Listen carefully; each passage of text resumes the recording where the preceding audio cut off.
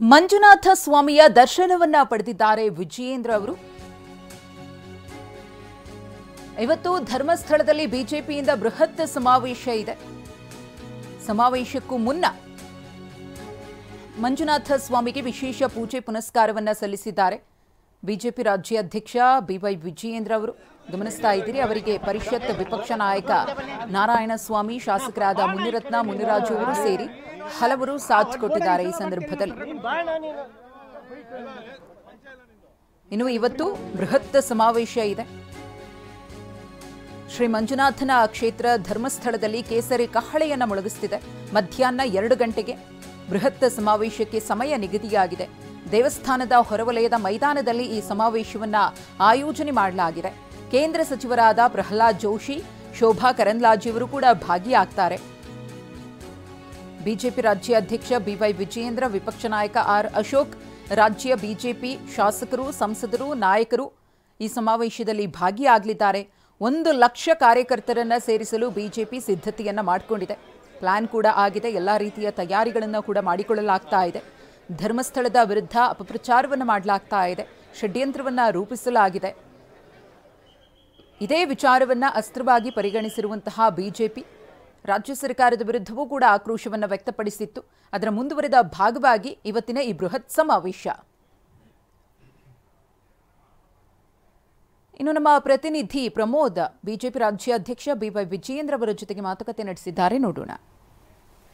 ನಮ್ಮ ಜೊತೆ ಮಾತನಾಡೋದಕ್ಕೆ ಬಿಜೆಪಿಯ ರಾಜ್ಯಾಧ್ಯಕ್ಷರಂತ ವಿಜಯೇಂದ್ರ ಅವರು ಇದ್ದಾರೆ. ಅವ್ರ ಜೊತೆ ಮಾತನಾಡೋಣ. ವಿಜಯೇಂದ್ರ, ಮೊದಲನೇದಾಗಿ ಇವತ್ತಿನ ಧರ್ಮಸ್ಥಳ ಚಲೋ ಕಾರ್ಯಕ್ರಮ ಒಂದು ಪೊಲಿಟಿಕಲ್ ಹೋರಾಟದ ಭಾಗ ಅನ್ನುವಂಥದ್ದು ಒಂದು ವಿಶ್ಲೇಷಣೆ ನಡೀತಾ ಇದೆ. ಧರ್ಮಸ್ಥಳದ ವಿಚಾರದಲ್ಲಿ ಧರ್ಮಸ್ಥಳ ಮಂಜುನಾಥೇಶ್ವರ ಅಣ್ಣಪ್ಪ ಸ್ವಾಮಿಯ ಬಗ್ಗೆ ಇಷ್ಟೊಂದು ಅಪಪ್ರಚಾರ ನಡೀತಾ ಇರತಕ್ಕಂಥ ಸಂದರ್ಭದಲ್ಲಿ ರಾಜಕಾರಣ ಮಾಡೋದಕ್ಕೋಸ್ಕರ ನಾವು ಇಲ್ಲಿ ಬಂದಿಲ್ಲ.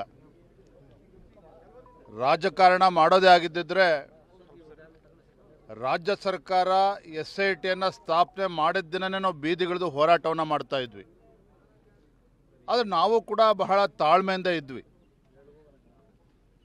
SIT ತನಿಖೆ ಆಗಲಿ, ಸತ್ಯಾಸತ್ಯತೆಗಳು ಹೊರಗೆ ಬರಲಿ, ಜನರಲ್ಲಿ ಭಕ್ತರಲ್ಲಿ ಏನೋ ಗೊಂದಲ ನಿರ್ಮಾಣ ಆಗಿತ್ತು ಕೆಲವು ದಿನಗಳಿಂದ ಅಪಪ್ರಚಾರದಿಂದ, ಅವೆಲ್ಲವೂ ಕೂಡ ನಿವಾರಣೆ ಆಗಬೇಕು ಅಂತೇಳಿ ನಾವು ಕೂಡ ಬಹಳ ಆಶಾಭಾವನೆಯಿಂದ ನಾವೆಲ್ಲರೂ ಕೂಡ ಕಾಯ್ತಾ ಇದ್ವಿ. ಆದರೆ ಎಲ್ಲೋ ಒಂದು ಕಡೆ ರಾಜ್ಯ ಸರ್ಕಾರ ಈ ಅಪಪ್ರಚಾರವನ್ನು ಮಟ್ಟ ಹಾಕ್ತಕ್ಕಂಥ ನಿಟ್ಟಿನಲ್ಲಿ ಯಾವುದೇ ಒಂದು ಕ್ರಮವನ್ನು ಕೈಗೊಳ್ಳದೇ ಇದ್ದಾಗ, ಅಪಪ್ರಚಾರ ನಿರಂತರವಾಗಿ ಸಾಗ್ತಾ ಇದ್ರೂ ಸಹ ಕಣ್ಮುಚ್ಕೊಂಡು ಕುಳಿತಂಥ ಸಂದರ್ಭದಲ್ಲಿ ಇವತ್ತು ಹಿಂದೂ ಸಮಾಜ, ಕೋಟ್ಯಾಂತರ ಭಕ್ತರು ಬೀದಿಗಿಳಿದು ಹೋರಾಟ ಮಾಡ್ತಕ್ಕಂಥ ಸಂದಿಗ್ಧ ಪರಿಸ್ಥಿತಿ ನಿರ್ಮಾಣ ಆದಾಗ ನಾವು ಅನಿವಾರ್ಯವಾಗಿ ಧರ್ಮಸ್ಥಳ ಚಲೋಗೆ ನಾವು ಕರೆಯನ್ನು ನೀಡಿದ್ವಿ.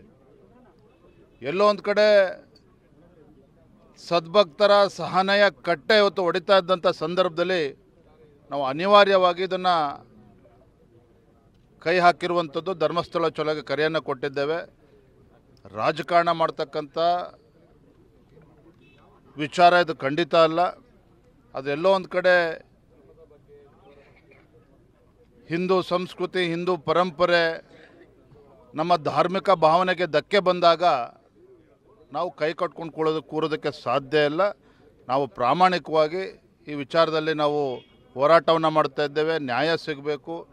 ಯಾವ ನೀಚ ಬುದ್ಧಿ ಇರತಕ್ಕಂಥ ದುಷ್ಟಶಕ್ತಿಗಳು ಇದರಿಂದ ಅಡಗಿಕೊಂಡಿದ್ದಾರೆ ಅವೆಲ್ಲರೂ ಕೂಡ ಹೊರ ತೆಗಿಬೇಕು. ಆ ನಿಟ್ಟಿನಲ್ಲಿ ನಾವು ರಾಜ್ಯ ಸರ್ಕಾರಕ್ಕೆ ಆಗ್ರಹ ಮಾಡಬೇಕು ಅಂತೇಳಿ ಧರ್ಮಸ್ಥಳ ಚಲೋಗೆ ಕರೆ ಕೊಟ್ಟಿದ್ದೇವೆ. ಬಿಜೆಪಿಯ ರಾಜ್ಯಾಧ್ಯಕ್ಷರಂತ ವಿಜಯೇಂದ್ರ ಅವರು ಹೇಳ್ತಾ ಇರುವಂತಹ ಮಾತು. ಕ್ಯಾಮರಾಮನ್ ರಾಜೇಶ್ ಜೊತೆ ಪ್ರಮೋದ್, TV9 ಮಂಗಳೂರು. ಇದು ಬಿವೈ ವಿಜಯೇಂದ್ರ ಅವರ ಮಾತು. ರಾಜ್ಯ ಸರ್ಕಾರದ ವಿರುದ್ಧವೂ ಕೂಡ ಅವರು ಕಿಡಿಕಾರಿದ್ರು. ಹಾಗೆಯೇ ಧರ್ಮಸ್ಥಳಕ್ಕೆ ಏನು ಆರೋಪಗಳನ್ನು ಮಾಡಿ ಕಳಂಕವನ್ನು ಅಂಟಿಸುವಂತಹ ಪ್ರಯತ್ನಗಳಾಗ್ತಿದೆಯೋ ಅದೆಲ್ಲವೂ ಕೂಡ ತೊಡೆದು ಹೋಗಬೇಕು, ನಮ್ಮದು ರಾಜಕೀಯ ರ್ಯಾಲಿ ಅಲ್ಲ ಅಂತ ಹೇಳಿ ತಿರುಗೇಟನ್ನ ಕೊಟ್ಟಿದ್ದಾರೆ ಬಿವೈ ವಿಜಯೇಂದ್ರ. ಇನ್ನು ನಮ್ಮ ಪ್ರತಿನಿಧಿ ಪ್ರಜ್ವಲ್ ವಿಶ್ವನಾಥ್ ಅವರ ಜೊತೆಗೆ ಮಾತುಕತೆ ನಡೆಸಿದ್ದಾರೆ. ನೋಡೋಣ. ಓಕೆ, ಬಿಜೆಪಿ ಸಮಾವೇಶದ ಸಂಚಾಲಕರಾಗಿರುವಂತಹ ವಿಶ್ವನಾಥ್ ಅವರು ನಮ್ಮ ಜೊತೆ ಇದ್ದಾರೆ. ಈ ಹಿಂದೆ ಕೂಡ ನೀವು ಇಲ್ಲಿ ಯಾತ್ರೆಯನ್ನು ಮಾಡಿದ್ರಿ, ಸಾಕಷ್ಟು ಜನರನ್ನು ಸೇರಿಸಿದ್ದೀರಿ, ದೊಡ್ಡ ಮಟ್ಟದ ಯಾತ್ರೆಯನ್ನು ಮಾಡಿದ್ರಿ, ಈಗ ಸಂಚಾಲಕರಾಗಿದ್ದೀರಿ. ಈಗ ಅಂದರೆ ಯಾವ ರೀತಿಯಾಗಿ ಸಮಾವೇಶ ನಡೆಯುತ್ತೆ ಅಂತ ಹೇಳಿ? ಕಳೆದ 15 ದಿನಗಳಿಂದ ನಿರಂತರವಾಗಿ ನಾವು ಮೊದಲನೇದಾಗಿ ಯಲಹಂಕ ಕ್ಷೇತ್ರದಿಂದ ಧರ್ಮಸ್ಥಳದ ಜೊತೆಯಲ್ಲಿ ರ್ಯಾಲಿಯನ್ನು ಮಾಡಿದ್ವಿ. ಅದಾದ ನಂತರ ಸಾಕಷ್ಟು ಕ್ಷೇತ್ರಗಳಿಂದ ಕೂಡ ರ್ಯಾಲಿಯನ್ನು ಬಂದು ಧರ್ಮಸ್ಥಳದಕ್ಕೆ ಪೂಜೆಯನ್ನು ಸಲ್ಲಿಸಿ ಧರ್ಮಸ್ಥಳದ ಜೊತೆಯಲ್ಲಿ ನಾವು ಇದ್ದೀವಿ ಅಂತಕ್ಕಂಥ ಸಂದೇಶವನ್ನು ಕೊಟ್ಟರು. ಆದರೆ ಒಟ್ಟಾರೆ ಈಗ ಸಣ್ಣ ಸಣ್ಣ ಕಾರ್ಯಕ್ರಮ ಮಾಡೋ ಬದಲು ಒಟ್ಟಾರೆ ರಾಜ್ಯದ ಎಲ್ಲ ನಮ್ಮ ಮಂಜುನಾಥ ಸ್ವಾಮಿಯ ಭಕ್ತರನ್ನು ಹಿಂದೂಗಳನ್ನು ಕರೆದು ಇಲ್ಲೊಂದು ದೊಡ್ಡ ಸಮಾವೇಶವನ್ನು ಮಾಡಬೇಕು ಅಂತೇಳಿ ಭಾರತೀಯ ಜನತಾ ಪಾರ್ಟಿ ರಾಜಕಾರಣವನ್ನು ಮಾಡದೆ ಈ ಕಾರ್ಯಕ್ರಮವನ್ನು ನಾವು ಹಮ್ಮಿಕೊಂಡಿದ್ದೀವಿ. ಮತ್ತು ನಾವು ಸುಮಾರು 12:30-12:45ಗೆ ಮಹಾದ್ವಾರದಿಂದ ಶೋಭಾಯಾತ್ರೆಯನ್ನು ನಮ್ಮ BY ವಿಜಯೇಂದ್ರ ಅವರ ನೇತೃತ್ವದಲ್ಲಿ ಶೋಭಾಯಾತ್ರೆಯನ್ನು ಕೂಡ ನಾವು ಮಾಡ್ತೀವಿ. ಅದಾದಮೇಲೆ ಸಭಾ ಕಾರ್ಯಕ್ರಮ ಇರ್ತದೆ. ಸಭಾ ಕಾರ್ಯಕ್ರಮ ಮ್ಯಾಕ್ಸಿಮಮ್ 1.5 ಗಂಟೆ ಸಭಾ ಕಾರ್ಯಕ್ರಮ ಇರ್ತದೆ. ಅಲ್ಲಿ ಕೆಲವು ಪ್ರಮುಖರು ಈ ಧರ್ಮಸ್ಥಳದ ಷಡ್ಯಂತ್ರದ ಬಗ್ಗೆ ಅವರ ವಿಚಾರಗಳನ್ನು ಕೂಡ ಮಂಡಿಸಿ ಅಲ್ಲಿ ನಾವು ಏನೇನು ನಿರ್ಣಯ ಮಾಡಬೇಕು ಅನ್ನೋದು ಕೂಡ ನಮ್ಮ ಪ್ರಮುಖರು ಕೂಡ ಮಾಡ್ತಾ ಇದ್ದಾರೆ. ಅಂದರೆ ನೀವೆಂಥ ತನಿಖೆಯನ್ನು NIAಗೆ ಕೊಡಬೇಕಂತ ಆಗ್ರಹ ಮಾಡ್ತೀವಿ. ಸೊ NIA SIT ಇವತ್ತು ಸರಿಯಾದ ದಿಕ್ಕಿನಲ್ಲಿ ತನಿಖೆಯನ್ನು ಮಾಡ್ತಾ ಇದ್ದಾರೆ.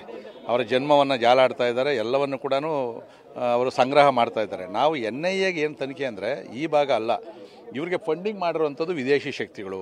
ಯಾಕಂದರೆ ಹೊರದೇಶದ ಮಾಧ್ಯಮಗಳಲ್ಲೂ ಕೂಡ ಇದು ದೊಡ್ಡ ಪ್ರಚಾರ ಆಗೈತೆ ಅಂತಂದರೆ ಇದರ ಹಿಂದೆ ಅಂತಾರಾಷ್ಟ್ರೀಯ ಷಡ್ಯಂತ್ರ ಇರ್ಬೋದು.